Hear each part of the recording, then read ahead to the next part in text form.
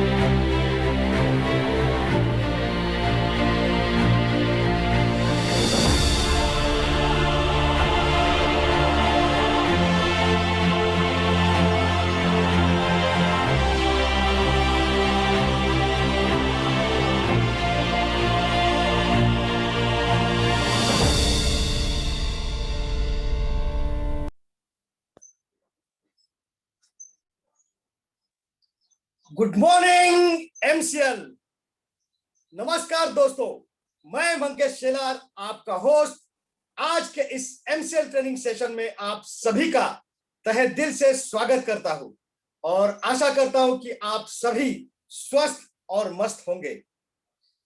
दोस्तों, आगे बढ़ने से पहले आप सभी का मैं दिल से शुक्रिया अदा करना चाहता हूं, क्योंकि हर शुक्रवार आप बिना चुके इस एमसीएल के ट्रेनिंग सेशंस को अटेंड करते हैं। पिछले सप्ताह के ट्रेनिंग सेशन के बाद मुझे कई सारे फोन कॉल्स आए। People said they were dilated. कईयों ने कहा कि उनकी आंखें खुल गई। और क्यों ना हो, हमारा पूरा विश्व ग्लोबल वार्मिंग नाम के इस विनाशकारी बॉम्ब के ऊपर बैठा है, तभी मुझे इससे लेना देना क्या है, मैं आखिर क्या करूंगा, ये कहकर हम अपनी जिम्मेदारियों से मुंह नहीं मोड़ सकते। और इसीलिए MCL triple bottom line project के ऊपर काम करके पूरी दुनिया को सस्टेनेबल सॉल्यूशन देने के लिए कटिबद्ध है और उसके ऊपर काम भी कर रही है।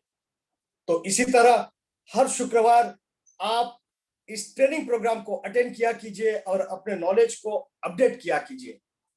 तो दोस्तों, चलिए आगे बढ़ते हैं और जानते हैं हमारे आज के इस ट्रेनिंग सेशन का विषय। आज के ट्रेनिंग सेशन का विषय है टेक्सटाइल इंडस्ट्री इन इंडिया। दोस्तों, रोटी, कपड़ा और मकान, ये हमारी तीन मूलभूत जरूरतें हैं, जिनमें से कपड़ा आज किस प्रकार से एक बहुत बड़ी इंडस्ट्री बन चुका है और आने वाले दिनों में इसका क्या भविष्य होगा, इसके बारे में आपसे कुछ ही देर में हम जानेंगे। लेकिन इसके पहले कुछ महत्वपूर्ण बातें मैं आपके साथ शेयर करना चाहता हूं। दोस्तों, यह वेबिनार एक टेलीविजन प्रसारण की तरह है, जिसमें आप सभी मुझे देख और सुन सकते हैं, लेकिन मैं आपको देख नहीं सकता। आप सभी को यह मेरा नम्र निवेदन है कि कृपया अपना अपना इंटरनेट कनेक्शन चेक कर लें। अपने साथ एक पानी की बोतल, नोटपैड और पेन रखें। अगर इंटरनेट कनेक्शन या और किसी वजह से आपका यह ट्रेनिंग प्रोग्राम मिस होता है, तो आपको परेशान होने की कोई जरूरत नहीं। इस प्रोग्राम के खत्म होती इसकी ऑडियो और वीडियो फाइल शेयर की जाएगी। आप सभी अपने अपने फ्रंट एंड कोऑर्डिनेटर से कांटेक्ट करके इस फाइल को हासिल कर सकते हैं। और एक जरूरी बात दोस्तों, चैट बॉक्स में आप लोगों के साथ एक लिंक शेयर की गई है। इस प्रोग्राम के खत्म होने से पहले आप लोगों को उस लिंक पे क्लिक करके आपका फीडबैक हमें भेजना है। याद रखिए, आपका फीडबैक हमारे लिए बहुत ही महत्वपूर्ण है। तो चलिए शुरू करते हैं एमबी वीडियो के साथ।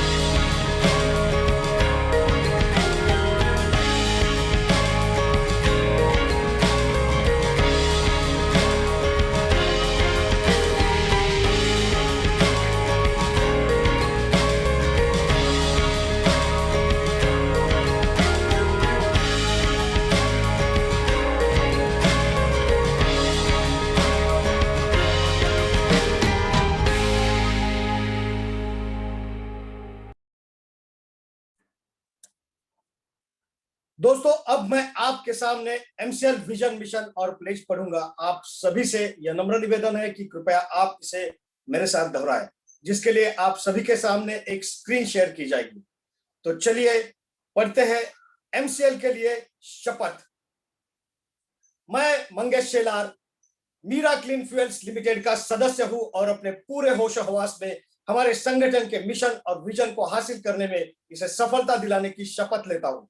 मैं एमसीएल के प्रत्येक सदस्य के साथ अपने परिवार के सदस्य की तरह व्यवहार करूंगा और एमसीएल में कभी भी किसी भी सदस्य के साथ उसकी जाति, धर्म, नस्ल, लिंग, संप्रदाय, बोली, शैली, मत और सामाजिक, आर्थिक तथा सांस्कृतिक अक्षमता के आधार पर भेदभाव नहीं करूंगा। मैं संगठन के मिशन को हासिल करने के लिए कड़ी मेहनत करूंगा और अपने संगठन को समृद्ध बनाऊंगा। मैं वादा करता हूं कि संगठन की संस्कृति की रक्षा करने के लिए सभी कर्तव्यों एवं जिम्मेदारियों को पूरी अखंडता, योग्यता और समर्पण के साथ पूरा करूंगा। मैं हमेशा एमसीएल के प्रमुख मूल्यों, नीति संहिता और आचार संहिता का पालन करूंगा और उसके खिलाफ किसी भी तरह के गलत आचरण के लिए हर कार्रवाई के लिए तैयार रहूंगा। मैं न्यायोचित आदेशों का पूरी ईमानदारी के साथ पालन करने और काम में किसी भी तरह की चुनौती का सामना करने के लिए तैयार रहने का वादा करता हूं। MCL vision. 2030 तक भारत को ईंधन के क्षेत्र में आत्मनिर्भर बनाना। लक्ष्य। एमसीएल एक ऐसी मूल्य श्रृंखला विकसित करने के लिए प्रतिबद्ध है जो ऊर्जा, पर्यावरण और आम लोगों को सशक्त बनाने के लिए समर्पित है। बुनियादी मूल्य। नवाचार। कुछ नया करना है तो पुराने तौर तरीकों से काम करना बंद करें। पर्यावरणवाद। अगर पर्यावरणवाद के हित में सोचना कोई सिद्धांत है तो इससे बेहतर सिद्धांत दूसरा नहीं हो सकता। देशभक्ति। यह केवल भावना की बात नहीं बल्कि अपने देशवासियों की सेवा करने की योग्यता की बात है। नैतिक आचार संहिता। निष्ठा। हम अपने व्यवसायों में निष्पक्ष, ईमानदार, पारदर्शी रहेंगे और हम केवल सही काम करेंगे, भले ही कोई भी आसपास न हो। जिम्मेदारी।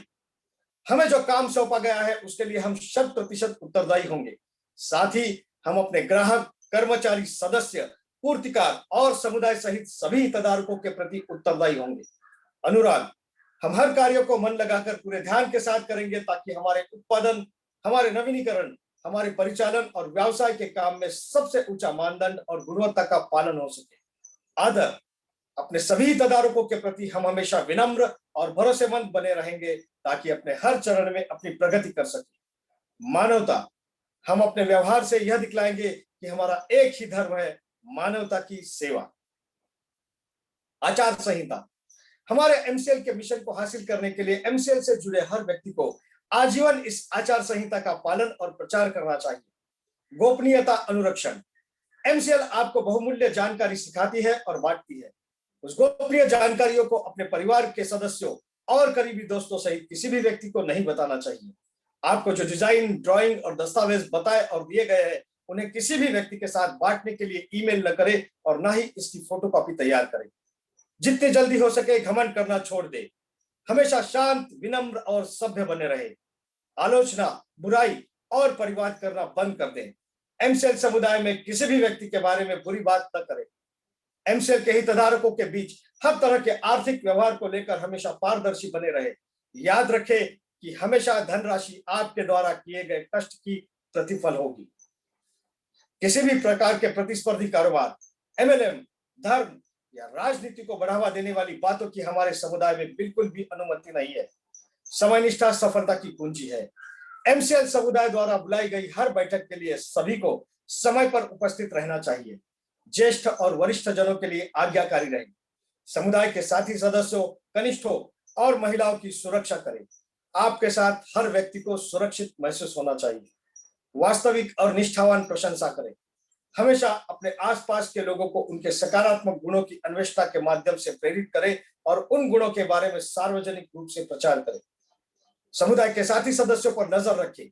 यदि आपको कोई सदस्य नियमों का उल्लंघन करता हुआ नजर आता है तो कृपया इसे लिखित रूप से प्रशासन की जानकारी में लाने से न हिचकिचाएं। उल्लंघन करने वालों को सख्ती से दंडित, निलंबित, निष्कासित किया जाएगा। तो चलिए दोस्तों, अब हमारा समय हो चुका है हमारे आज के थॉट ऑफ द डे, आज के सुविचार का। और आज का सुविचार है, जब किसी की संगत से आपके विचार शुद्ध होने लगे तो समझना वो कोई साधारण व्यक्ति नहीं है। और दोस्तों, इसकी अनुभूति हमें हर शुक्रवार मिलती है। दोस्तों, आई एम श्योर कि आप लोगों ने बचपन में कभी ना कभी हिसाब नीति, पंचतंत्र या बोध कथाएं सुनी होगी। दूसरों के अनुभवों से हमें सीख मिले और हमारे हमारे प्रयासों में सफलता मिले, यही यही इनका मकसद था इन कहानियों के पीछे। आज हमारी उम्र और हमारी जिम्मेदारियां भले ही बढ़ चुकी हो, लेकिन आज भी इन कहानियों का असर उतना ही प्रभावशाली है। दोस्तों, इसीलिए हमारे आने वाले स्पीकर हर शुक्रवार अपनी छोटी छोटी कहानियों से हमें बड़ी सीख देते हैं। और उनकी और एक विशेषता है, उनकी कहानी भले कहीं से भी शुरू क्यों ना हो, लेकिन आकर मिलती है एमसीएल के महासागर को। तो दोस्तों, चलिए आमंत्रित करते हैं technocrat, young and dynamic personality, executive director of MCL, miss Prachi Dhole. Thank you, Mangesh sir. So good morning everyone and welcome to the webinar session of Mira Claims Limited. Or today we'll start with the date first. Today is 26/11 यानी 26/11 और आज का जो दिन है वो इतिहास में, भारत के इतिहास में हमेशा याद रखा जाता है एंड स्पेशली मुंबई के इतिहास में, बिकॉज आज के दिन यानी 2008 में कुछ लोग जो गनमैन है वो मुंबई में उन्होंने एंट्री किया था और पूरे मुंबई में उन्होंने दहशत फैलाई थी। तो जिसमें आज 175 से ज्यादा लोगों की मौत हुई, 300 से ज्यादा लोग वाउंडेड हुए और मुंबई के कई पुलिस ऑफिसर्स, कांस्टेबल्स जो कि ऑन ड्यूटी थे, उनको हमने आज के दिन गवाया।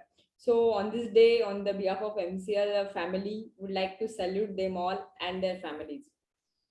जब उन्होंने मुंबई में एंट्री की, साउथ मुंबई में, और वो जब पहुंचे तो उन्होंने मेन जो एरियाज है मुंबई के जहाँ पे उन्हें बहुत ज्यादा क्राउड मिल सकती है, जैसे कि CST रेलवे स्टेशन हो गया, लियोपोल्ड कैफे हो गया, कुछ हॉस्पिटल्स हो गए, थिएटर्स हो गए, तो इस तरीके से उन्होंने टारगेट किया जहाँ पे वो ज्यादा से ज्यादा लोगों को, भारतीय लोगों को हानि पहुंचा सके।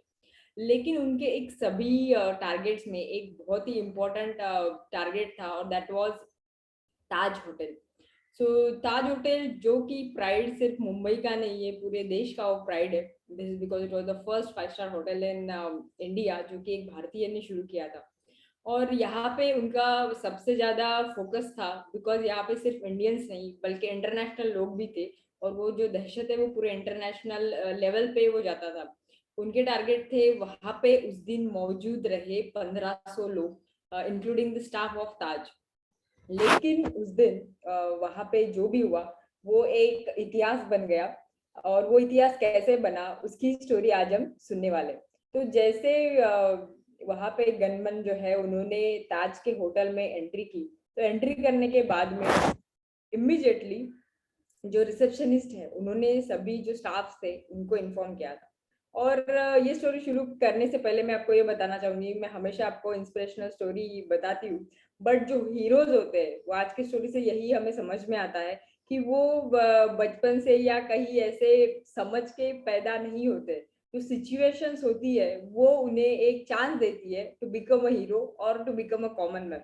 सो इस हिसाब से आज हम ऐसी स्टोरी जानेंगे, इंस्पिरेशनल स्टोरीज की, हीरोज विद द सिचुएशंस कैसे क्रिएट होते हैं।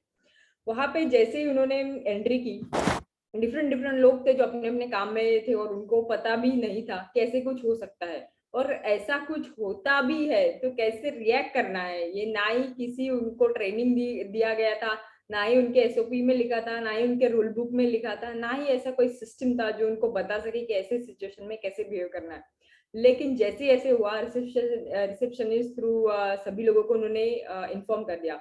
अभी कहीं पे बैंक्वेट हॉल में वहां पे हिंदुस्तान यूनिलीवर के टॉप ऑफिशियल्स थे, CEO, ये सब लोग, and they were having the dinner party. जो बैंक्वेट मैनेजर थी, she was just 24 year girl, जिसके अंडर 35 स्टाफ थे और 150 लोग थे जो कि वो डिनर पार्टी अटेंड कर रहे थे। लेकिन जब ये हुआ तो immediately she took the decision, उसने सभी बैंकर्स के डोर क्लोज किए, लाइट्स ऑफ किया और सबको बोला कि आपको अपनी ही जगह पे रहना है। और उन्होंने सभी लोगों को, उनके स्टाफ ने तब तक सर्व किया जब तक कि वो सभी लोग सिक्योर नहीं हो सकते। वैसे ही अगर जो शेफ थे, ही वाज 45 इयर्स ओल्ड, और शेफ और पूरे जो होटल स्टाफ है उनको पता था कि यहाँ पे इवैक्यूएशन या एग्जिट कहाँ से हो सकती है। लेकिन जो शेफ थे वो उन्होंने एग्जिट नहीं किया, वो सभी लोग तब तक वहां पे रुके रहे जब तक वो सभी लोगों को सेफली इवैक्यूएशन प्रोसेस से बाहर ना भेज सके।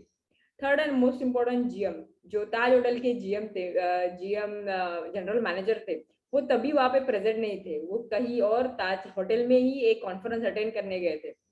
लेकिन जैसे ही उन्हें पता चला, वो छोड़ के होटल में आए। He was a main person जिनको पता था कि ये सिचुएशन को हैंडल कैसे कर सकते हैं। वो तब तक उस पूरे प्रोसेस में इतने इन्वॉल्व थे कि वो अपने घर पे भी बताना भूल गए थे कि मैं जिंदा हूँ। But when he called his father, और उन्होंने अपने पिताजी को बताया कि मैं जिंदा हूँ, तो उनके पिताजी भी उनको ये बोले कि सन, डू योर ड्यूटी फर्स्ट, यानी आप अपना कर्तव्य पहले निभाइए। तो इस तरीके से जिस तरीके ताज स्टाफ ने बिहेव किया, अल्टीमेटली रिजल्ट ये आया कि 1500 में से सिर्फ 31 लोगों की मौत हुई, जिसमें से 30% होटल का स्टाफ था। और ये पूरे दुनिया के लिए एक रिकॉर्ड था कि ऐसे कैसे हो सकता है। वो स्टाफ जिनको होटल में से सेफ कैसे निकलना है ये सब पता था, लेकिन किसी ने भी ये नहीं किया। उन्होंने पहले ये समझा कि जो भी लोग हैं उनकी सुरक्षा हमारे लिए ज्यादा महत्वपूर्ण है। तो इस तरीके से ड्यूटी निभाने से पीछे का रहस्य क्या है या ये कैसे हुआ, ये केस स्टडी बनी ना ही सिर्फ इंडिया के लिए, बट देन पूरे दुनिया में से जो टॉप बिजनेस स्कूल माना जाता है, Harvard business school, Harvard university जिसको बोलते हैं, उन्होंने इस केस स्टडी को अच्छी तरीके से स्टडी किया, रिसर्च किया और सर्वे किया। उनको पहले लगा कि ये रिसर्च के हिसाब से जब उन्होंने सर्वे स्टार्ट किया तो उन्हें लगा दिस इज बिकॉज कि इंडिया के ट्रेडिशन में ऐसे लिखा है अतिथि देवो भव, यानी इट मीन्स जो भी हमारे घर पे आता है मेहमान, हम उसको भगवान की तरह ट्रीट करते हैं, इसीलिए शायद इन्होंने ऐसे किया होगा। But then is it true कि अगर कहीं पे भी ऐसा होता था तो इसी तरीके से लोग रिएक्ट करते थे? सेकंड, उन्हें लगा this is because the hospitality industry. Hospitality industry में ये रूल है कि आपको जो गेस्ट है उनको आपको हर तरीके से सुरक्षित रखना, ये पहली चीज है। लेकिन फिर से क्वेश्चन आता है कि अगर ये किसी और होटल में किसी होता था तो क्या इसी तरीके से लोग या स्टाफ बिहेव करते थे? Third and the most important जो उनके उन्होंने समझा वो ये है, it's because of Taj and Tata. Tata का जो रिक्रूटमेंट सिस्टम है, जिस तरीके से वो लोग अपने सिलेक्ट करते हैं अपने कंपनी में काम करने के लिए, उसके बिहाफ पे they have shown the different way of handling this situation. It means कि टाटा जब भी अपने लोगों को, जो उनके फैमिली मेंबर बनने वाले हैं, टाटा का family being a Tata employ बनने वाले हैं, उनका सिलेक्शन प्रोसीजर एक बहुत ही अलग तरीके से होता है। उनके 3 रूल है फॉर सिलेक्टिंग एनी पर्सन। पहले तो वो ये ट्राई करते हैं कि जो भी व्यक्ति रहे वो मोस्टली टीयर 2 टीयर 3 यानी ऐसे शहरों से रहे जहाँ घर में जो वैल्यूज है, जो फैमिली ट्रेडिशंस है, जो कल्चर है, उसको अहमियत दी जाए। नंबर 1 चीज वो अपने कैंडिडेट में ये दिखते है कि they respect their elders and the seniors. Second thing जो उनका रूल है, that is his positive attitude. Irrespective of कितनी भी कठिनाइयां या चैलेंजेस आए, वो हमेशा पॉजिटिवली उसको हैंडल करना, ये उनका सेकंड चीज है। थर्ड एंड मोस्ट इम्पोर्टेंट, दे सी कि that person respect the duty, उसको जो भी काम दिया हो वो उसको रिस्पेक्ट करता है, ये वो हमेशा देखते हैं। तो इसी तरीके से हम एमसीएल में भी किसी नए फैमिली मेंबर का जब इम्तिहान लेते हैं और उन्हें सिलेक्शन करते हैं, तो हमेशा ये ट्राई करते हैं कि वो फैमिली मेंबर एमसीएल से हमेशा जुड़ा रहे। भारत के ये भारत का ये एग्जाम्पल पूरी दुनिया के सामने बन गया in terms of how to handle the situation जो टाटा ने रखा है। एंड सेकंड थिंग, भारत ने पूरी दुनिया को ये भी बताया कि जरूरत पड़ने पर हर एक भारतीय हीरो बन सकता है। आज वैसे अगर हम देखते हैं बिजनेस सेक्टर में कई कठिनाइयां है, कई चैलेंजेस है, और इस तरीके में जो हीरोज है वो अपनी ड्यूटी निभाते हैं। That duty can be towards people, duty towards nation and duty towards business. और एमसीएल की duty with respect to the taluka यही है कि वो हर एक तालुका को सुजलाम सुफलाम बनाए और एक ऐसी वैल्यू चेन, एक ऐसी मूल्य श्रृंखला डेवलप करे जो कि इस सभी सेक्टर में सेक्टर को समझे और उसके हिसाब से हम एक एग्जाम्पल पूरे वर्ल्ड के सामने रख सकते। और इसी समझने के लिए अभी मैं बुलाना चाहूंगी ऐसे व्यक्ति को कि जिन्होंने अपने ड्यूटी को समझा है और पिछले लगातार 17 साल से वो अपनी ड्यूटी निभा रहे हैं। तो चलिए अभी वुड लाइक टू वेलकम कि ये textile industry how it can become the part of MCL business model. तो लेट्स वेलकम एमसीएल के रचनाकार, सलाहकार एंड शिल्पकार डॉक्टर श्याम गोलप।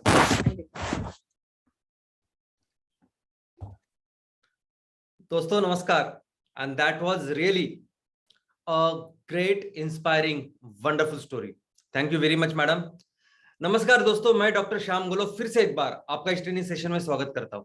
मैं आशा करता हूं कि आप सभी लोग स्वस्थ हैं और आप अपने साथ अपने परिवार का, यानी घर का परिवार और एमसीएल परिवार दोनों का ख्याल रख रहे हैं। मैं ये भी उम्मीद करता हूं कि आप सभी लोग 1 घंटा बहुत अच्छी एक्सरसाइज कर रहे हो, अपने हार्ट, अपने लंग को मजबूत कर रहे हो और अपनी इम्यूनिटी को बढ़ा रहे हो। तो चलिए शुरुआत करते हैं आज के टॉपिक से।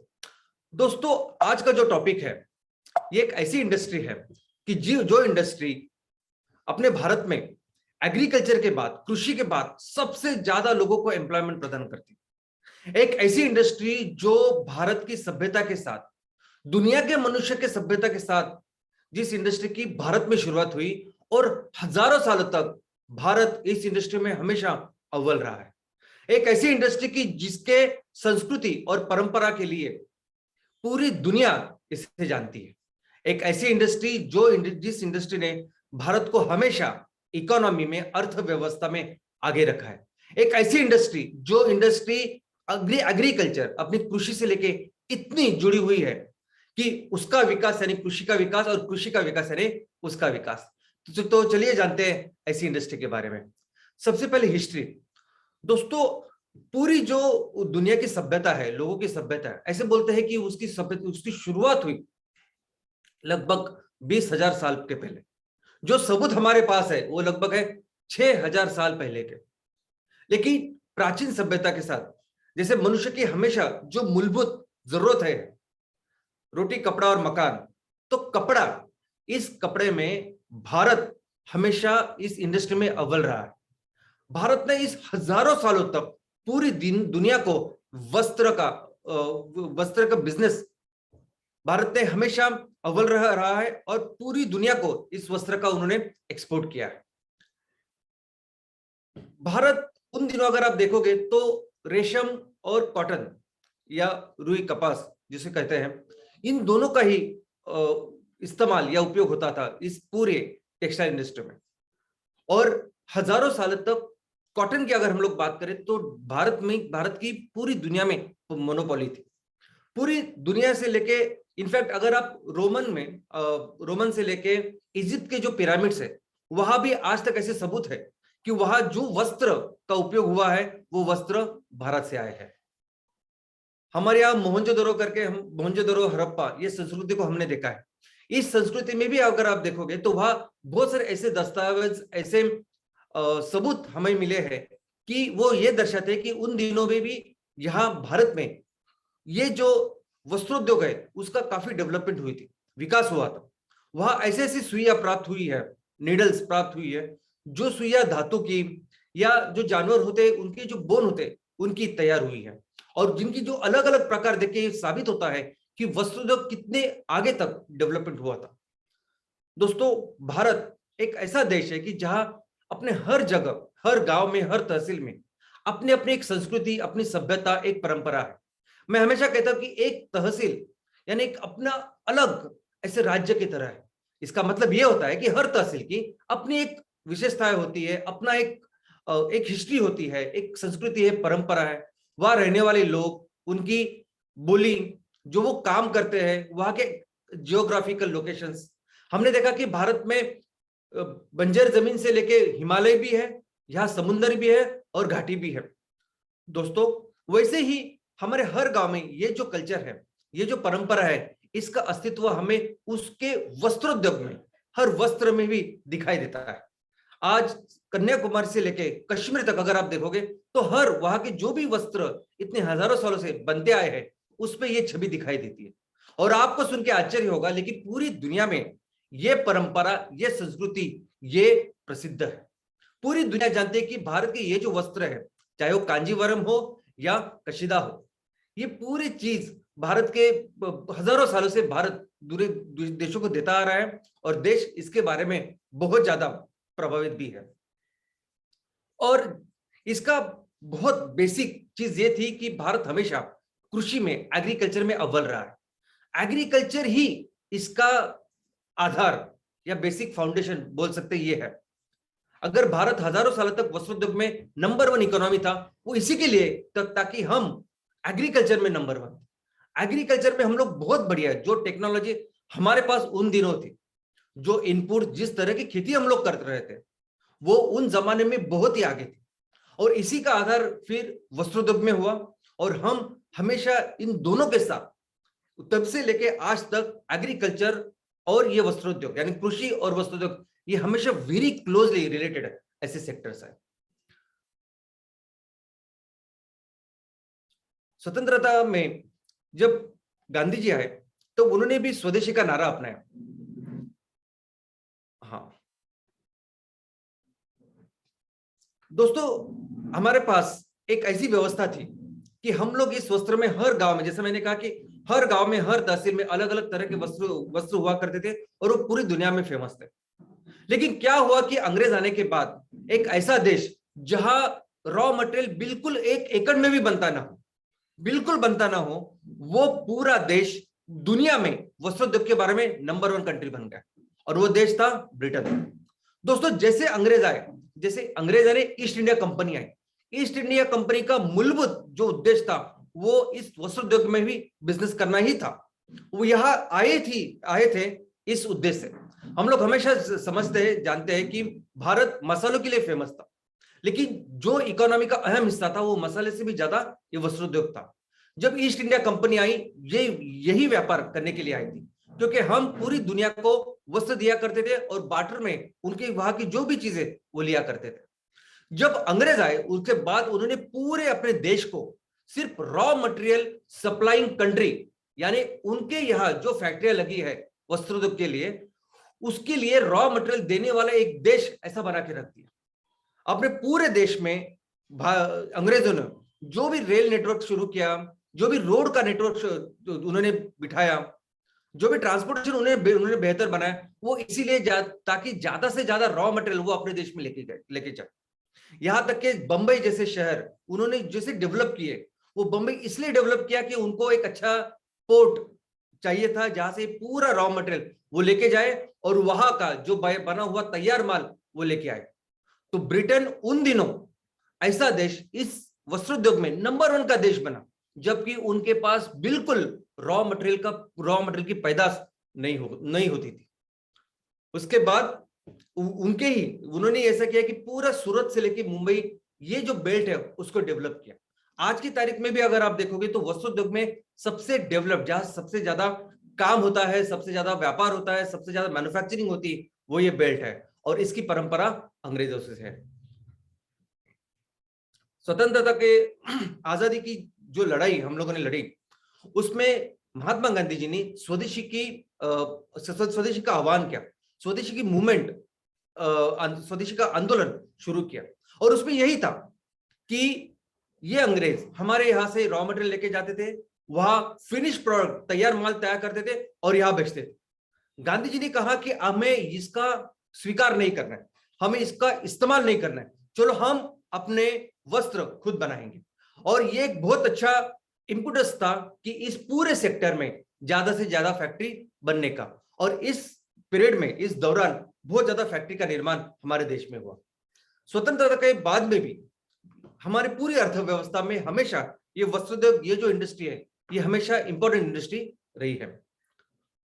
दोस्तों, ये जो पूरी टेक्सटाइल इंडस्ट्री है पूरी दुनिया भर में, इसके अलग अलग सेक्टर्स है वस्त्रोद्योग में, जिसके बारे में आज हम लोग जानेंगे। पहले तो ये समझ लेते हैं कि हमारे देश में जो इस वस्त्रोद्योग को लेके जितने भी प्रोडक्ट्स है पूरी दुनिया में, सिर्फ लिबास की बात नहीं, लेकिन वस्त्रोद्योग में जो जो प्रोडक्ट्स लोगों को लगते हैं, जिसकी डिमांड पूरी दुनिया में, हर तरह के प्रोडक्ट्स आज भारत में बन रहे हैं। और इसके सेक्टर्स अगर हम देखेंगे तो सबसे इंपॉर्टेंट नंबर 1 सेक्टर अगर कोई है तो वो है मैन मेड सेक्टर्स, यानी MMF। इसे मैन मेड फाइबर सेक्टर ऐसा भी कहा जाता है। ये जो वस्त्र बनते हैं ये जाहिर है फाइबर या धागे से बनते हैं, तंतु से बनते हैं। और ये धागे दो तरह के होते हैं। एक तो धागा वो है जो प्रकृति हमें देते हैं, जिसे हम नैसर्गिक नेचुरल ऐसे धागा बोलते हैं, और उससे वस्त्र हम लोग करते हैं। और दूसरा जो धागा है वो मैनमेड यानी मनुष्य ने बनाया हुआ मैनमेड धागा है। लेकिन आपको सुन के ताज्जुब होगा कि जो चीज ग्लोबल वार्मिंग के लिए रिस्पॉन्सिबल है, जो क्रूड ऑयल जिसको हम 100% रिप्लेस करने की बात कर रहे हैं, जो क्रूड ऑयल जिससे पेट्रोल डीजल सभी तरह के ईंधन आते हैं जिसकी वजह से ग्लोबल वार्मिंग हो रही है, और हम सभी लोग एमसीएल के फैमिली में हमें पूरे ईंधन को अपने ईंधन से रिप्लेस करने की बात कर रहे हैं, वो क्रूड ऑयल जिसके वजह से ये केमिकल फर्टिलाइजर्स की शुरुआत होती है, केमिकल फर्टिलाइजर जिससे बनता है, इंसेक्टिसाइड्स बनते हैं, और जिसकी वजह से ये पूरी कैंसर की खेती आज की तारीख में हो रही है और दुनिया में एक कैंसर फैलता जा रहा है। वही क्रूड ऑयल इस मैन मेड फाइबर सेक्टर में भी है। दोस्तों आपको सुन के ताज्जुब होगा, लेकिन वस्त्र उद्योग में सबसे ज्यादा वस्त्र की निर्मित जो होती है वो भी इसी क्रूड ऑयल से होती है। मैन मेड फाइबर्स यानी मनुष्य निर्मित धागा जो है वो मैक्सिमम आता है इस क्रूड ऑयल से। तो जब हम लोग कहते हैं कि हमें इस क्रूड ऑयल को मिटाना है, जब हम लोग बात करते हैं कि क्रूड ऑयल की जो इंडस्ट्री है इसमें से सिर्फ यही नहीं तो पेट्रोकेमिकल के कितने सारे प्रोडक्ट्स हैं, पेट्रोल, प्लास्टिक, रबर, ये पूरी पेंट इंडस्ट्री, ये पूरे कॉस्मेटिक इंडस्ट्री, ये इसके ऊपर निर्भर है। तो आप सोच सकते हैं कि क्रूड ऑयल को अगर हमें पूरी तरह से मिटाना तो इतना आसान नहीं है, क्योंकि कितने सारे इंडस्ट्रीज आज इसके ऊपर डिपेंडेंट है। वस्त्र उद्योग ये दुनिया का वन ऑफ द बहुत बड़ा ऐसा सेक्टर है, वो भी आज की तारीख में पूरी तरह से डिपेंडेंट है इस क्रूड ऑयल के ऊपर। पूरी दुनिया में सबसे ज्यादा वस्त्र बनते हैं ये इस मानव निर्मित धागों से, मैन मेड फाइबर से। और इसके भी दो प्रकार है। एक प्रकार यह है कि जो क्रूड ऑयल से वैसे के वैसे वो फाइबर बनाते हैं, उसके वस्त्र बनाते हैं, जिसमें ये नायलॉन, रेयॉन, पॉलिएस्टर, टेरिन, ये सब कुछ है। आज आप जहां बैठे हो, आप अपने घर में हो, अपने ऑफिस में हो, आपके घरों में जो भी कर्टन्स, पर्दे लगे हुए हैं वो इससे बनते हैं। आपके यहाँ जो कारपेट है वो इससे बनता है। जहां आप तकिए पे सोते होंगे, गद्दी जो होगी, तो गद्दी के ऊपर भी जो क्लॉथ रहेगा वो इसका है। आपके टेबल के ऊपर जो क्लॉथ है वो इसका है। जो बहुत सारे टी शर्ट, बहुत सारे जो आप इस्तेमाल करते हैं स्पोर्ट्स में, वो मैक्सिमम इसके बनते हैं, मैक्सिमम इसके ही कपड़े का इस्तेमाल होता है। दूसरा जो फाइबर है उसे हम लोग कहेंगे विस्कस मटेरियल। विस्कस मटेरियल यानी जो रेशिम है उसको रिप्लेस करने वाला एक ऐसा मटेरियल लोग बनाते हैं। इसमें सिर्फ क्या करते हैं कि इस क्रूड ऑयल के जो फाइबर्स है उसके साथ तो वुड का यानी लकड़ी का भूसा या लकड़ी का जो पल्प है उसको मिलाते हैं, ताकि आपको ऐसे दिखने वाला प्रोडक्ट मिले, रेशम जैसा। असली रेशम बहुत महंगा, नैसर्गिक, नेचुरल होता है। आप आज की तारीख में भी किसी वेंडर के पास जाएंगे, किसी दुकान में जाएंगे, तो वो कहेगा कि दो तरह के सिल्क मेरे पास है। एक तो प्योर सिल्क जो काफी महंगा होता है उससे, और दूसरा विस्कस सिल्क। तो दोस्तों ये वो विस्कस सिल्क है। आपको सुन के ताज्जुब होगा, लेकिन पूरी दुनिया में आज की तारीख में इसी मटेरियल का इस्तेमाल होता है।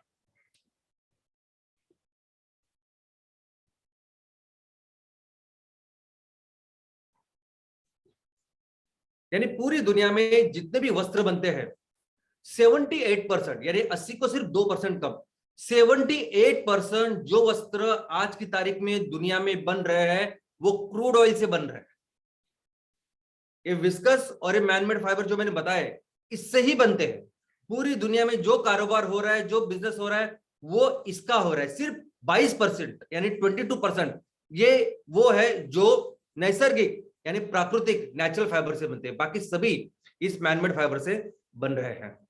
हमारे देश में भी अगर आप इंडस्ट्री देखोगे तो हमारे देश में मैनमेड फाइबर्स की ये जो इंडस्ट्री है यह बहुत अच्छी तरह से विकसित, डेवलप्ड है।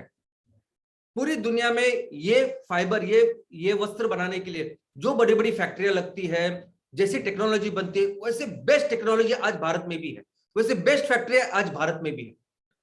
क्रूड ऑयल से लेके क्रूड ऑयल से उस धागे को बनाना और उससे वस्त्र बनाना, ये पूरी जो श्रृंखला है, ये पूरी जो वैल्यू चेन है, अगर आप देखोगे तो बहुत अच्छी तरह से डेवलप्ड है आज हमारे देश में।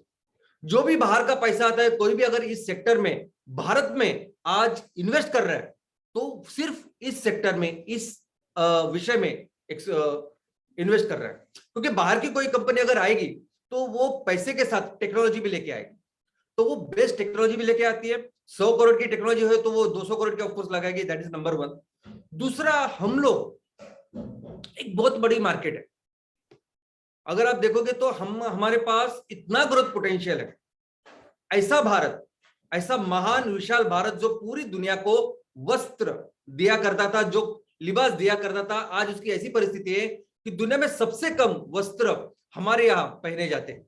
अगर आप देखोगे तो यहाँ जो एवरेज है पूरी दुनिया का वो 11.2 है, यानी पूरी दुनिया में लोग जो वस्त्र पहनते हैं पर कैपिटा, प्रति व्यक्ति 11.2 किलो प्रति व्यक्ति इतने वस्त्र पहनते हैं। और भारत में वो फिगर क्या है? 5.5, यानी आधा भी नहीं है पूरी दुनिया के एवरेज। ज्यादा जो तो छोड़ ही दीजिए आप, जो हमारे आजू बाजू के छोटे छोटे देश भी बहुत ज्यादा वस्त्र पहनते होते, वस्त्र तो है ही नहीं अपने पास। तो आज ऐसी परिस्थिति है भारत की कि जो हजारों सालों तक मोनोपोली था जिस सेक्टर में, आज सबसे कम, यानी अगर मैनमेड फाइबर की बात करें तो हम लोग अफ्रीका से भी कम ऐसे मैनमेड फैब्रिक में है, क्योंकि ऑफकोर्स नैसर्गिक चीजें हमारे पास ज्यादा है। इसलिए पूरे जो इन्वेस्टमेंट कर रहे हैं, पूरी जो कंपनियां बाहर की जो आज भारत में निवेश कर रही है, वो इस इंडस्ट्री में, और वो भी मैनमेड फाइबर्स में कर रही है। और ये बाकी की इंडस्ट्री में भी होता है। जैसा हमने देखा कि बाकी के इंडस्ट्री में भी लोग, जैसे मोबाइल की बात हो तो मोबाइल इसीलिए लोग यहाँ फैक्ट्रियां लगाते हैं, 2 व्हीलर की फैक्ट्री इसलिए यहाँ लगाते हैं क्योंकि मार्केट यही है। मैक्सिमम मार्केट अगर आप वस्त्रों में भी देखोगे तो आज की तारीख में उभरने वाला मार्केट, बढ़ने वाला मार्केट आज भारत को दिखा जाता है। और ऐसे अलग अलग प्रोडक्ट्स इस एमएफएफ पे होते हैं, और हम यहाँ से बहुत सारे लोगों को एक्सपोर्ट भी करते हैं।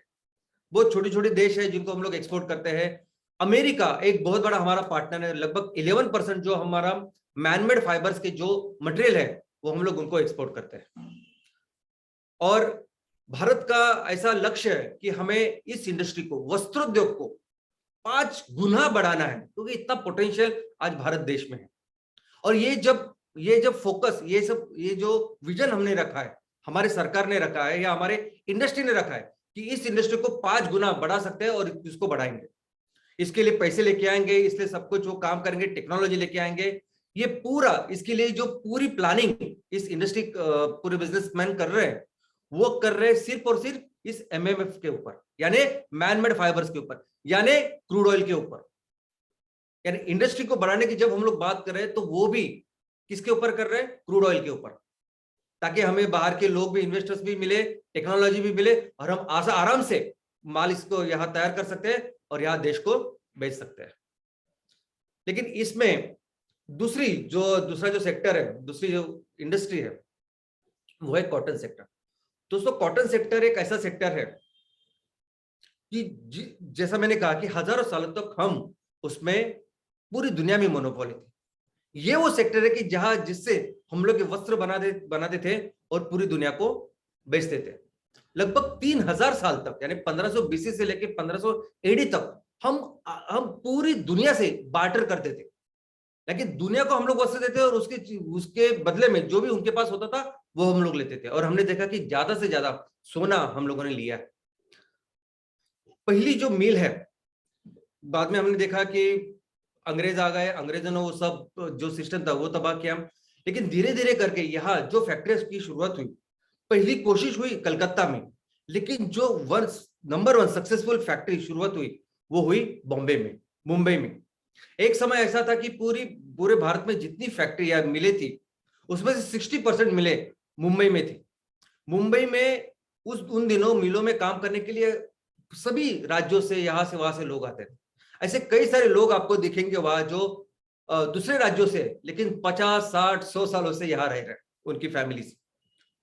आज भी मुंबई, जो सेंट्रल मुंबई या जो प्रॉपर मुंबई है, वहां सिर्फ ये मिले या गिरनी जो है वो हुआ करती थी, और उनकी जगह पे आज बड़े बड़े टावर्स है या डेवलपमेंट हो चुकी है। इसके बाद ये जो कॉटन बेल्ट हमारा है, जहां सबसे ज्यादा कॉटन या कपास का प्रोडक्शन होता है, ये लगभग ये 4-5 स्टेट है, जिसमें गुजरात, महाराष्ट्र, कर्नाटका, तेलंगाना और आंध्रा। ये हमारे देश में ऐसे स्टेट्स हैं जो सबसे ज्यादा कॉटन हमारे यहाँ बनाते हैं। आपको सुन के ताज्जुब होगा, लेकिन दुनिया में जितना कॉटन की खेती होती है या कपास की खेती होती है, 33% खेती हमारे देश में है। और जितनी कपास, जितनी रुई की निर्मित पूरे दुनिया में होती है, 26% वो रुई हमारे यहाँ तैयार होता है। अभी ये बहुत इंपॉर्टेंट हमारे सबको, हमारे फैमिली के सभी उद्योजकों को सीखने के लिए बहुत इंपॉर्टेंट एक केस स्टडी। अभी देखिए, पूरी दुनिया में 33.02 मिलियन हेक्टेयर इतनी जमीन है कि जिसके ऊपर कपास की खेती हो रही है, और उसमें से लगभग 12.20 मिलियन हेक्टेयर इतनी जमीन, इतनी खेती भारत देश में, ऑलमोस्ट 30%, 33%। और अगर आप उसमें जो उत्पादकता हो रही है वो कितने आ रही है, अगर हम 33% जमीन अपने यहाँ है, तो हम सोच रहे हैं कि एटलीस्ट 30% तक कपास अपने यहाँ तैयार होनी चाहिए, लेकिन वो कितना हो रहा है, सिर्फ 26%। लेकिन जब वस्त्रों की बात करते हैं कि कितना कॉटन का वस्त्र तैयार होता है, तो ये सुन के आपको बहुत ताज्जुब होगा, आश्चर्य होगा कि हम दुनिया का सिर्फ 13% वस्त्र तैयार करते हैं। और ये हर एग्रीकल्चर में हो रहा है, हर कृषि क्षेत्र में, हर सेक्टर की यही समस्या है। 33% इतनी जमीन हमारे पास है, उसमें से सिर्फ 26% हम लोग कपास तैयार करते हैं, और वस्त्र कितना बनाते हैं, सिर्फ 13%। यानी आप सोचिए कि कितना कम हमारा इसमें कंट्रीब्यूशन है। और इसका कारण यह है कि हमारा जो उसकी उत्पादकता है, प्रोडक्ट, वो बहुत कम है। पूरी दुनिया का एवरेज है 789 किलो प्रति हेक्टर, और हम कितना बनाते हैं, 500। यानी इतना कम हमारी प्रोडक्टिविटी है। अगर इसकी हाई जो प्रोडक्टिविटी है, जो 1000-1100 तक जाती है, वो तो छोड़ ही दीजिए आप, लेकिन इतना कम हम लोग उत्पादन करते हैं। बावजूद इसके हम लोग दुनिया के दूसरे सबसे ज्यादा एक्सपोर्टर है। अमेरिका के बाद सबसे ज्यादा कॉटन रुइयों को एक्सपोर्ट करने वाला देश कोई है तो भारत है। अपार्ट इसके, जो आज वस्त्रोद्योग हमारे देश में है और जितना हम लोग बाहर एक्सपोर्ट करते हैं, उसमें से 50% से ज्यादा ये कॉटन रुई इसमें शामिल है। और ये रुई हम लोग किसको देते हैं, तो हमारे आजू बाजू की जो छोटे छोटे देश है ना, उनको देते हैं। Vietnam, China, Indonesia, Bangladesh, Pakistan. लेकिन वस्त्रोद्योग में अगर इनका कंट्रीब्यूशन अगर आप देखोगे, ये देश छोटे छोटे हैं, हमारे आसपास है, हम इनको रुई दे रहे हैं, कपास दे रहे हैं, लेकिन ये लोग हमसे रुई लेके आज वस्त्रोद्योग में अगर उनका कंट्रीब्यूशन अगर आप देखोगे तो वो बहुत ज्यादा है। दोस्तों, कई सारे दुनिया के ऐसे ब्रांड है कपड़े में, इतने जबरदस्त, इतने हाईफाई ब्रांड है कि जिनके दुकान हमारे देश में है ही नहीं। और कुछ थोड़े जो ब्रांड है जो एक्सक्लूसिव माने जाते हैं, मैं उनके बारे में बताता हूं, जैसे ज़ारा, गैप, डीजल, ऐसे कुछ दुकानें जो सिर्फ मेट्रो में आपको 1-2 दिखाई देंगे। लेकिन आपको सुन के ताज्जुब होगा, ये सभी बड़े बड़े ब्रांड, इंक्लूडिंग ये ज़ारा वगैरह सब, इंक्लूडिंग लेवाइज वगैरह सब कुछ, ये सभी कॉटन रुई के लिए भारत के पास आते हैं, भारत से वो रुई लेके जाते हैं। भारत पूरी दुनिया को जहां सबसे अच्छा वस्त्र बनते हैं, सबसे महंगे वस्त्र बनते हैं, उनको रुई कपास आज भी दे रहा है। इसलिए भारत का जो एक्सपोर्ट है वो 50% से ज्यादा है। यानी मुझे तो लगता है कि परिस्थिति वैसी ही है। अंग्रेजों के जमाने में भी हम लोग रॉ मटेरियल देते थे, वहां ब्रिटेन अपना माल तैयार करता था और पूरी दुनिया में नंबर 1 था वो माल तैयार करने और बिजनेस में। वैसे ही आज हो रहा है। आज भी हम लोग इतनी जमीन हमारे पास है, इतना रॉ मटेरियल हम लोग तैयार करते हैं और बाहर वालों को देते हैं, ताकि वो बहुत महंगा कपड़ा तैयार करे, लोगों को बेचे और पैसा कमाए। दूसरा जो सेक्टर है वो है हैंडलूम सेक्टर। तो हैंडलूम सेक्टर के बारे में तो कोई भी देश हमारे आजू बाजू भी नहीं, हैंडलूम सेक्टर में हमारा कोई हाथ भी नहीं पकड़ सकता, इतने आगे हम लोग हैं। हस्तकला यानी हैंडलूम सेक्टर। हस्तकला को तो आप सुन के आपको ताज्जुब होगा कि आज की तारीख में भी हम लोग हस्तकला में इतने आगे हैं, इतना इंपॉर्टेंट हमारे लिए हस्तकला है कि आज की तारीख में भी हमारे देश को अगर सबसे ज्यादा पैसा, सबसे ज्यादा इनकम हमारा कुछ है वो हस्तकला से। कैसे? तो ये जो हीरे जवाहरात है, ये हीरे जवाहरात ये बाहर से आते हैं क्रूड, और यहाँ आने के बाद, यहाँ भारत में आने के बाद यहाँ के हमारे जो कारागिर है वो उसको तराशते हैं और वो उनको फिर से बेचते हैं, यानी जॉबर जैसे। लेकिन वो भी हम लोग इस तरह ये हस्तकला कर रहे हैं कि आज की तारीख में सबसे ज्यादा इनकम, सबसे ज्यादा पैसे हमको इस हस्तकला से मिलते हैं। और वैसे ही काम हो सकता है हमारा वस्त्र उद्योग में। दोस्तों, हमारी जो परंपरा है, हमारी जो संस्कृति है, ये दुनिया में कहीं भी नहीं है। और इतने जबरदस्त, इतने अच्छे प्रोडक्ट्स हम लोग बना सकते हैं और बना रहे हैं, हजारों सालों से बना रहे हैं। हजारों लोग जो हमारे पास है, जो कौशल्य हमारे पास है, वो दुनिया में किसी के पास नहीं है। एम्प्लॉयमेंट जनरेशन की बात करूं तो हमने देखा कि कृषि के बाद सबसे ज्यादा एम्प्लॉयमेंट इस सेक्टर में है, लेकिन इस सेक्टर में सबसे ज्यादा, इस वस्त्रोद्योग में सबसे ज्यादा एम्प्लॉयमेंट हस्तकला से आती है। जितना ज्यादा हम लोग इस हमारी चीज को, हमारी स्ट्रेंथ को बढ़ाएंगे, इतने सारे लोगों को हम लोग उनका रोजगार दे पाएंगे। और एक अच्छी चीज, एक सबसे बेस्ट, सबसे बढ़िया चीज, कि आप कितने भी बड़े बड़े टेक्नोलॉजीज डेवलप करो, आप रोबोटिक मशीन लाओ, आप बड़ी बड़ी फैक्ट्रियां तैयार करो, लेकिन हस्तकला में जो क्रिएटिविटी होती है वो कभी भी मशीन में आ ही नहीं सकती। आप कुछ भी करो इस बाकी के सेक्टर्स में, मशीन से कुछ भी करने की कोशिश करो, जो काम आज हम लोग क्रिएटिविटी में करते हैं वो आप सोच नहीं सकते, पूरी दुनिया में इसका जवाब ही नहीं है। दोस्तों, जो प्रोडक्ट्स हम लोग इससे तैयार कर सकते हैं ना, वो प्रोडक्ट की आज मार्केट पूरी दुनिया में है, यानी ग्लोबली है, नेशनल लेवल पे है। हमारे देश में भी अगर आप देखोगे तो हम लोग हमेशा देखा है कि मोबाइल की बात जब हम लोग करते तो 73% मोबाइल आज जो चाइना बेचते हैं, बाकी के सभी हुंडई, सैमसंग और सब लोग बेचते हैं। हमारे यहाँ कोई कंपनी नहीं है जो ये माल तैयार करती है और बेचती है। वैसे ही इस वस्त्र उद्योग में भी है। जिस तरह के कपड़े आज बेचे जाते हैं मार्केट में, जिस तरह के लोग खरीदते हैं, अगर हम लोग उनको अवेयर करें तो ये हमारे देश में भी बहुत अच्छा मार्केट है। और ग्लोबल तो आप सोच नहीं सकते, क्योंकि कोई कंपटीशन ही नहीं है इस सेक्टर में। तो मुझे लगता है कि ये जो ताकत है अपनी, इस ताकत को हमें बढ़ाना चाहिए। अगर सचिन तेंदुलकर बैटिंग अच्छे करता है तो वो बैटिंग के ऊपर से ध्यान देना चाहिए ना। वैसे हमारी ये ताकत है हस्तकला के ऊपर फोकस करना, हस्तकला को और मजबूत करना और उससे ज्यादा से ज्यादा बिजनेस डेवलप करना, ये आज की तारीख में बहुत जरूरत है। इसके आगे का जो सेक्टर है वो है वुलन सेक्टर। वुलन सेक्टर यानी वो जो भेड़ होते हैं, भेड़ बकरियां हम लोग बोलते हैं, मेंढी है, उससे जो लोकर तैयार होता है, ऊन तैयार होता है, उससे तैयार किए कपड़े, उनको वुलन सेक्टर कहा जाता है। पूरे दुनिया में अगर आप देखोगे तो हम प्रोडक्शन में 7वें स्थान के ऊपर है। प्रोडक्शन, कितना ज्यादा लोकर हम लोग तैयार करते हैं, कितने ज्यादा ये कपड़े तैयार करते हैं, तो हम 7वें स्थान पे है। और आपको सुन के ताज्जुब होगा, लेकिन 10 अलग अलग कैटेगरीज है इस प्रोडक्ट्स के। जो लोकर, जो ऊन उनसे आती है इस मेंढों से, उसे अलग अलग इतने प्रोडक्ट्स बनते हैं कि 10 अलग अलग कैटेगरी है, जो सभी कैटेगरी के सभी प्रोडक्ट्स आज हमारे देश में बनते हैं। लेकिन यहां पे सुन के आपको ताज्जुब होगा कि पूरी दुनिया की थर्ड, यानी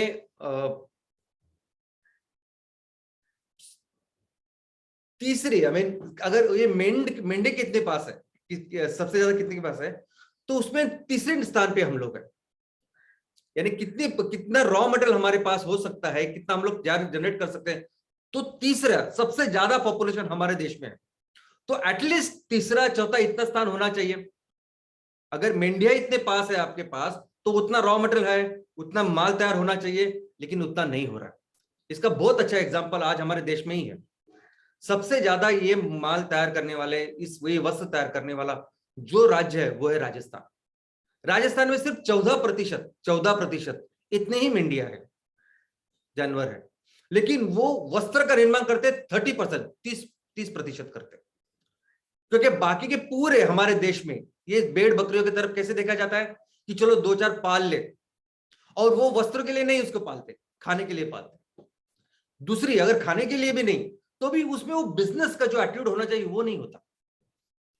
जैसे राजस्थान अगर ये कुछ काम करती है तो राजस्थान के वहां के किसान, वहां के लोग ये बिजनेस करके काम करते कि मैं इतने लोगों से, इतने मेंढिया से ऐसे बिजनेस शुरू करूं, यहाँ ये माल दूं, ये तरह का ये बिजनेस का जो आउटलुक होना चाहिए, पर्सपेक्टिव होना चाहिए, ये हमारे देश में नहीं है।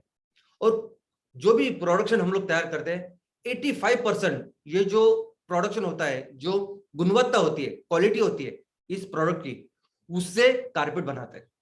तो कारपेट क्वालिटी का वस्त्र या वूल हम लोग तैयार करते हैं, और सिर्फ 5% ऐसा वूल हम लोग तैयार करते हैं, वस्त्र तैयार करते हैं जो हम लोग लिबास के लिए, पहनने के लिए उसका उपयोग कर सकते हैं। आज अभी देखिए ठंडी की शुरुआत हो रही है, हो गई है, तो इस ठंडी की शुरुआत में बहुत सारे ऐसे वस्त्र आएंगे मार्केट में, और हमारे यहाँ काम करने वाली बड़ी बड़ी कंपनियां भी जो यहाँ उसका निर्माण करती है, वो इसके लिए जो रॉ मटेरियल लगेगा वो रॉ मटेरियल बाहर से मंगवाएंगे, ऑस्ट्रेलिया से मंगवाए, वूल जो लगेगा ऑस्ट्रेलिया से मंगवाए, लेकिन यहाँ वो काम हम लोग नहीं करेंगे। तो दोस्तों हमारे देश में भी अगर ये जो सेक्टर है उसके कुछ बहुत बेसिक प्रॉब्लम्स है जो समझने चाहिए। क्यों हम लोग अपने ही लोगों को क्यों नहीं सपोर्ट करते ये काम करने के लिए? क्योंकि आज अगर हमने देखा, जब हमने शुरुआत की थी, शुरुआत में मैंने कहा कि हजारों सालों तक हम इस वस्त्रोद्योग में नंबर 1 थे, क्योंकि वहां एक परंपरा हुआ करती थी। हर गांव में जहां वहां की जो गाय भैंसे है, जो भेड़ बकरियां है, उनकी खाने की पीने की सब व्यवस्था होती थी। गांव वाले हम लोग वो सब करते थे। यहां तक कि जब अंग्रेज आए, अंग्रेजों ने देखा ये सब जमीन और उसका उपयोग, उन्होंने देखा कि यहाँ इंपॉर्टेंट जो जगह है वो उनके लिए राखीव रिजर्व रहती है।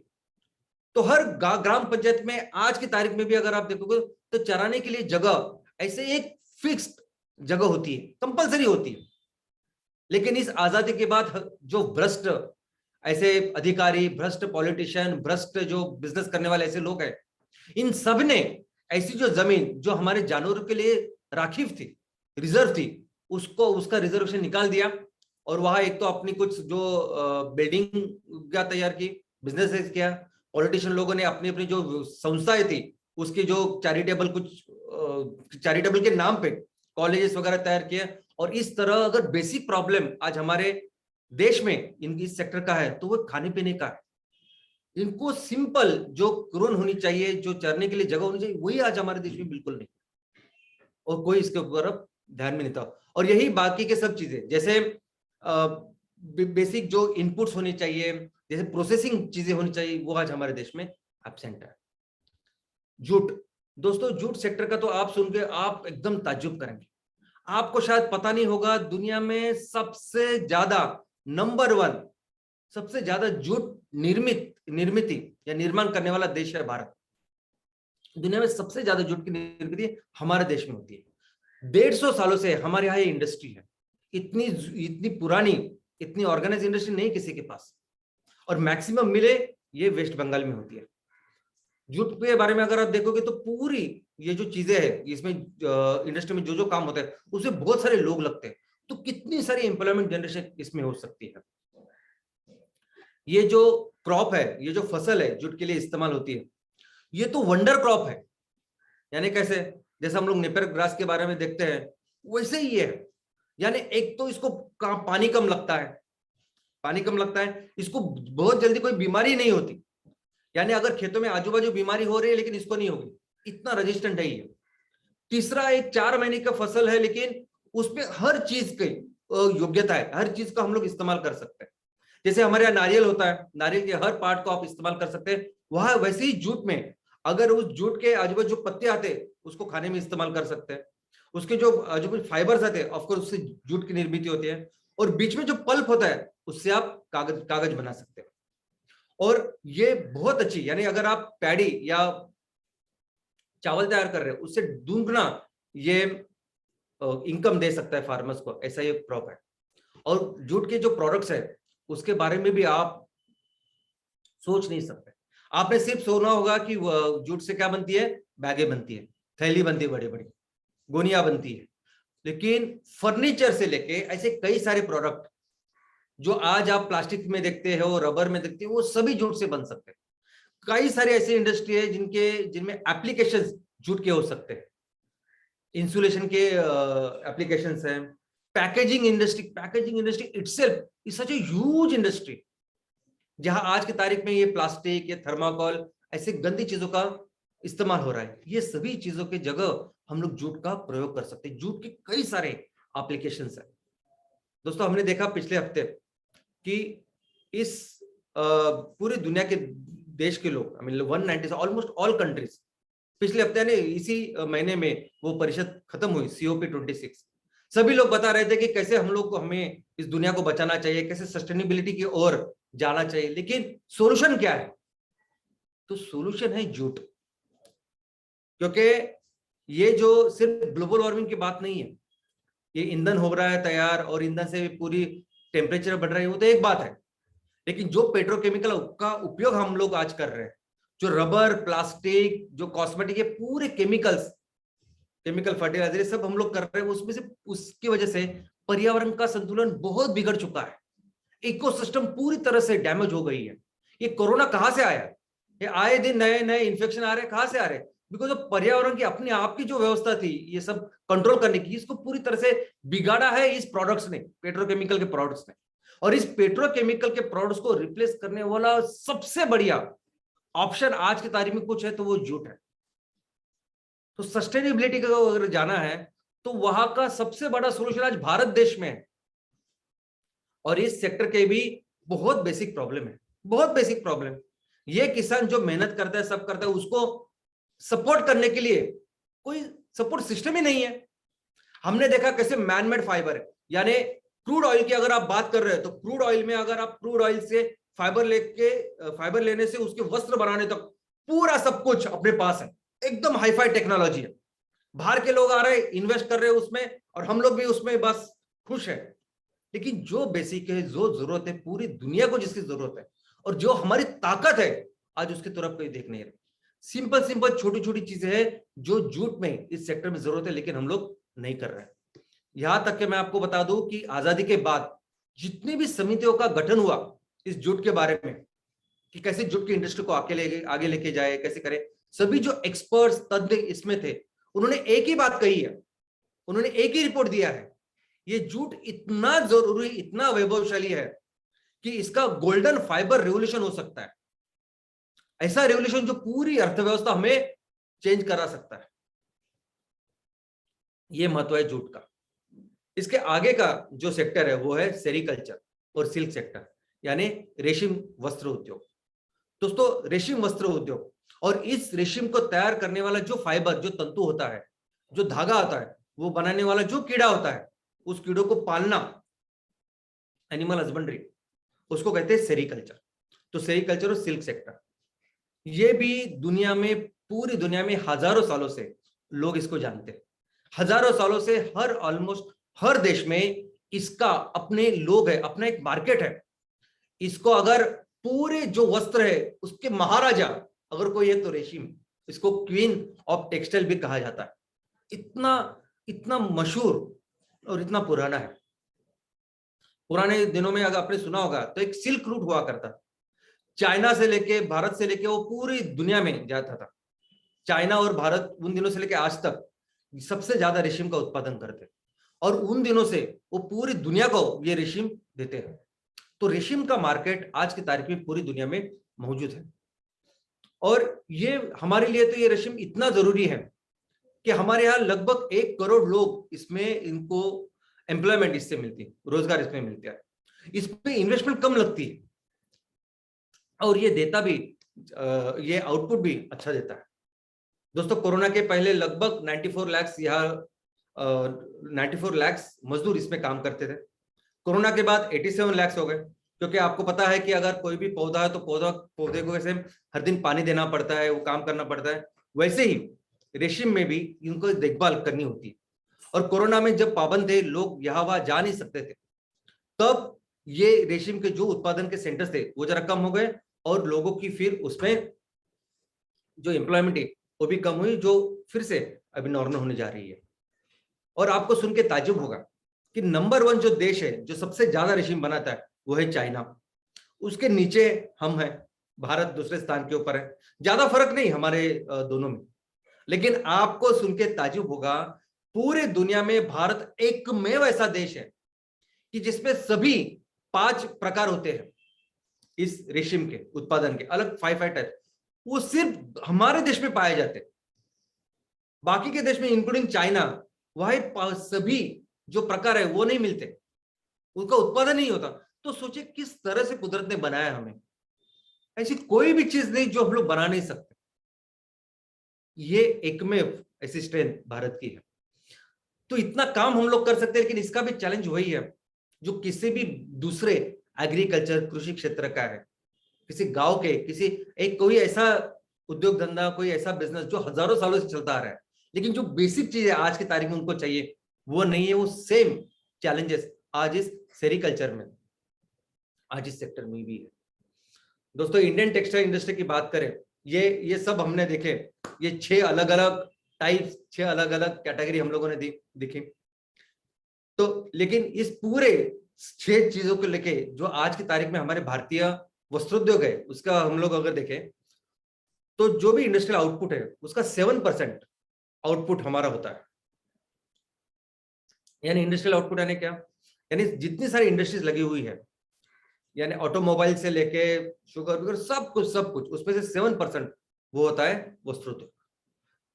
लगभग 4.5 करोड़ लोग इसमें काम करते, 4.5 करोड़, और वो एग्रीकल्चर के बाद 4.5 करोड़ फैमिलीज इसके ऊपर निर्भर है। 2% जीडीपी जितना भी हमारा घरेलू उत्पादन है, 2% उत्पादन आता है इससे। जितना भी हम लोग बाहर के लोगों को एक्सपोर्ट करके कमाते हैं, 12% आता है इससे, वस्त्रोद्योग से। जितना भी बिजनेस आज की तारीख में पूरी दुनिया में हो रहा है, भारत का जो कंट्रीब्यूशन है, भारत कितना करता है तो 5% करता है। और यही ग्लोबल की बात करें, ग्लोबल टेक्सटाइल इंडस्ट्री की, तो आप देखेंगे कि हमारा देश 5% करता है, 5% हम बिजनेस करते हैं। लेकिन छोटे छोटे देश हमारे बाजू में जो है वो आज की तारीख में हमसे बहुत ज्यादा बिजनेस करते हैं। देखिए ताइवान को, देखिए पाकिस्तान को, देखिए कोरिया को, चाइना को, ये सभी देश, वियतनाम को, ये सभी छोटे छोटे देश होते हुए भी ज्यादा बिजनेस हमसे करते हैं। कहां थे हम लोग, क्या कर सकते और क्या कर रहे हैं आज की तारीख। और ये जो भी इन्वेस्टमेंट हो रही है ना, आज की पिछले साल 28,000 करोड़ से ज्यादा इन्वेस्टमेंट हमारे यहाँ हुई, हमारे इस सेक्टर में, हमारे देश में। कहाँ हुई? क्रूड ऑयल में हुई। क्रूड ऑयल से लेके, यानी वस्त्रोद्योग में हुई, लेकिन क्रूड ऑयल का जो वस्त्रोद्योग है उसमें हुई। कोई कर ही नहीं रहा काम। अभी जो 6 सेक्टर देखे हम लोगों ने, और आपने देखा कि एक सेक्टर, ये मैनमेड फाइबर, ये जो क्रूड ऑयल से फाइबर और वस्त्र बनाने का काम है, वो तो कहीं भी हो सकता है ना, वो कहीं भी हो सकता है। वियतनाम में हो सकता है, चाइना में हो सकता है, म्यांमार में हो सकता है, यूएस में हो सकता है, यूरोप में कहीं भी हो सकता है। लेकिन जो बाकी के 5 सेक्टर है जहां हम हजारों सालों से नंबर 1 देश है, वहां कहां कोई आ रहा है, उनको कोई लेना देना ही नहीं, कोई निवेश नहीं कर रहा है, कोई उसके ऊपर काम नहीं कर रहा है।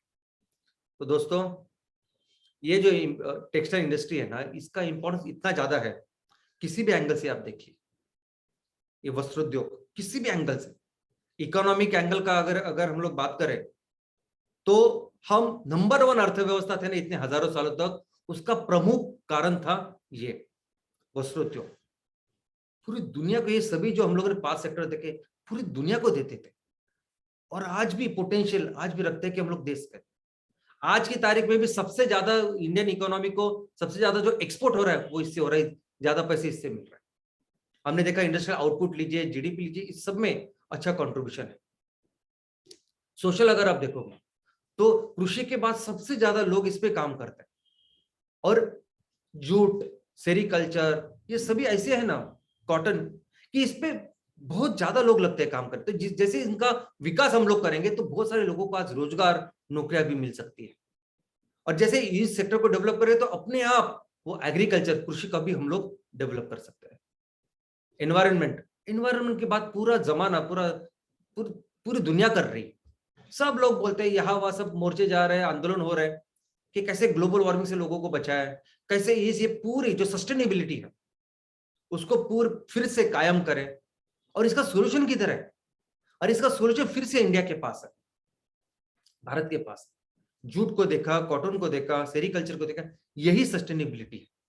दोस्तों हमारे पास आज भी वो योग्यता है, आज भी, जिसके वजह से हजारों सालों तक हम लोग नंबर 1 के देश, नंबर 1 की जो इकोनॉमी थे, जिसकी वजह से थे, वो आज भी हमारे पास। इनफैक्ट मुझे तो लगता है कि जितनी जरूरत उन दिनों थी उससे ज्यादा जरूरत आज है।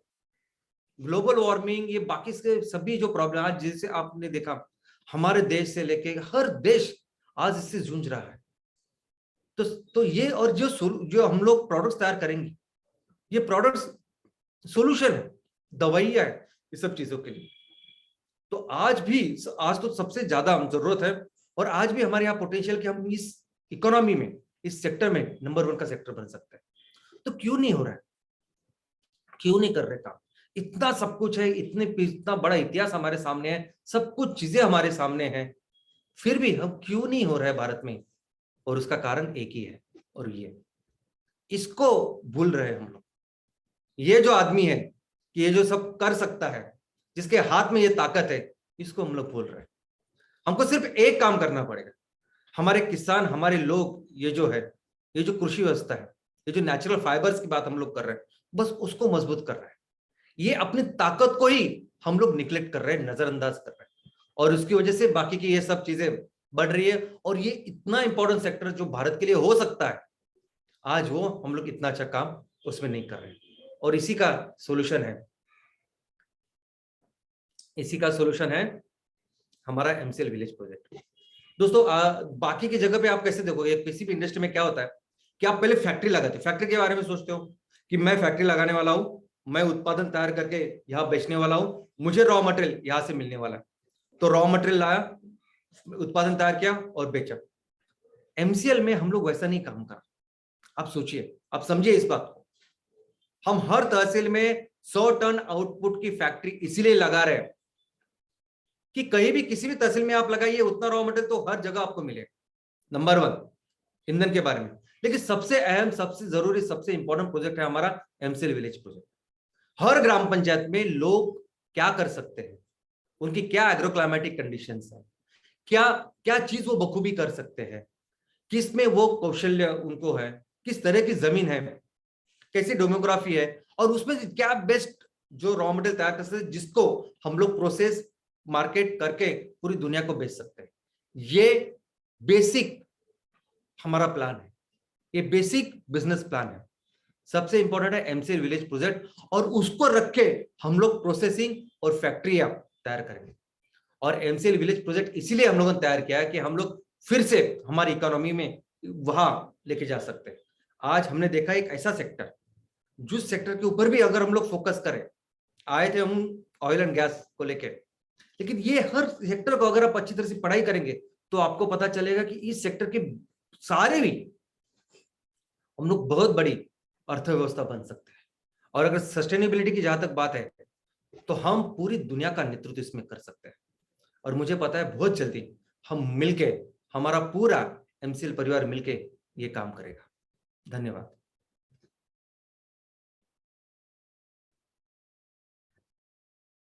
यस श्याम सर, हम सब मिलके दुनिया को एक अलग लीडरशिप देंगे जो बायोफ्यूल, क्लीन फ्यूल इंडस्ट्री को पूरी कॉम्प्रिहेंसिव और उद्योग व्यवस्था को बदल देगा। Yes, what a session sir, what a thought, and what the correlation of textile industries with our core clean fuel biofuel subject.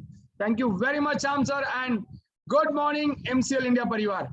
आपने देखा कि आज किस आसानी से, किस सरलता से श्याम सर ने कॉटन इंडस्ट्री का जो प्रेजेंटेशन दिया है वो हमारे लिए बहुत ही प्रेरणादायी है। Thanks a lot Shyam sir, and yes, thanks again Prachi madam for reminding us the values incorporated inbuilt in Taj group of industries, जिसका एग्जांपल ताज अटैक में दिखा। Yes, biofuel industry, clean fuel industry, ये आने वाले समय में हमारे गांव का उद्धार तो करेगी, बट साथ में हमारे तहसील, हमारा जिला, हमारा देश और ये पूरे विश्व का उद्धार करेगी। उसमें भारत को क्लियरली इकोनॉमी में बहुत बड़ी पायदान पे शायद नंबर में पहुंचा देने का जो ताकत, जो सपना एपीजे कब्ज ने देखा था, वो इसमें है। और इसका आज एक मैपिंग, आज एक आउटलाइन आपने देखा होगा। और सबसे इंपॉर्टेंट बात थी कि जिस कॉम्प्लिकेटेड सब्जेक्ट का जो कंटेंट था उसको इतना सरलता से सर ने सिखाया है कि वो आने वाले समय में आज का प्रेजेंटेशन शायद पूरे इंडस्ट्री के लिए एक एग्जाम्पल लेक्चर हो जाएगा.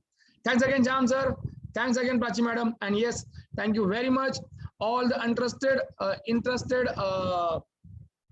farmers who are with MCL, the channel partners, the MP owners, the MVPs, the BDAs, senior BDAs, prime BDAs, and all the stakeholders of MCL.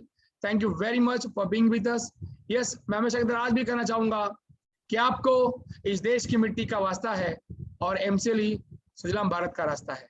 Thank you very much.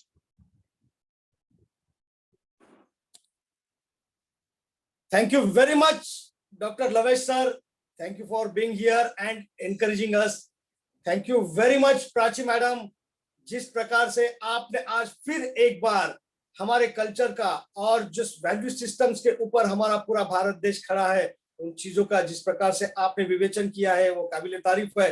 और जिसका जीता जाता example था 26/11 के attack में, जो ताज के employees ने, ताज के कर्मचारियों ने जो जिस प्रकार से उन्होंने उस समय जो बिहेव किया और दुनिया के सामने एक एग्जाम्पल सेट किया, वो काबिले तारीफ था. थैंक यू वेरी मच फिर एक बार ये सारी चीजें याद दिलाने के लिए. एंड फिर एक बार दिल से शुक्रिया अदा करना चाहता हूं मैं डॉक्टर श्याम सर का, जिन्होंने टेक्सटाइल इंडस्ट्री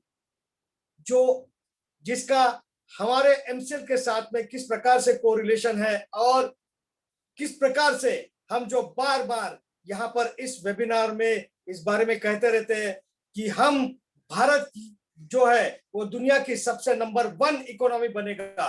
नंबर 1 इकोनॉमी बनने के लिए किस किस प्रकार से हम अलग अलग इंडस्ट्रीज में काम कर सकते हैं, और उसका एक ही जरिया है, that is only one thing, is the agriculture.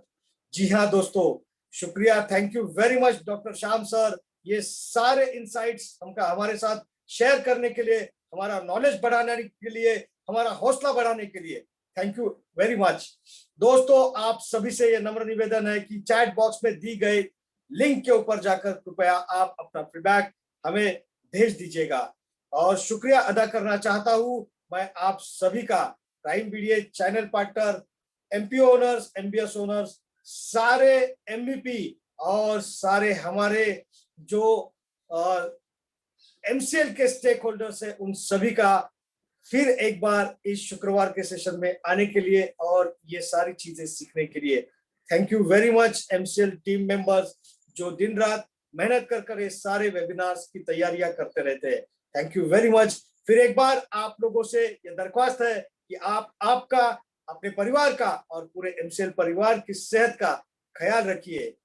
तो इसी के साथ मैं मंगेश शेलार, आपका होस्ट, यहाँ आपसे ये कहता हूं कि आज का ये वेबिनार, आज का ये सेशन यही समाप्त हुआ. धन्यवाद.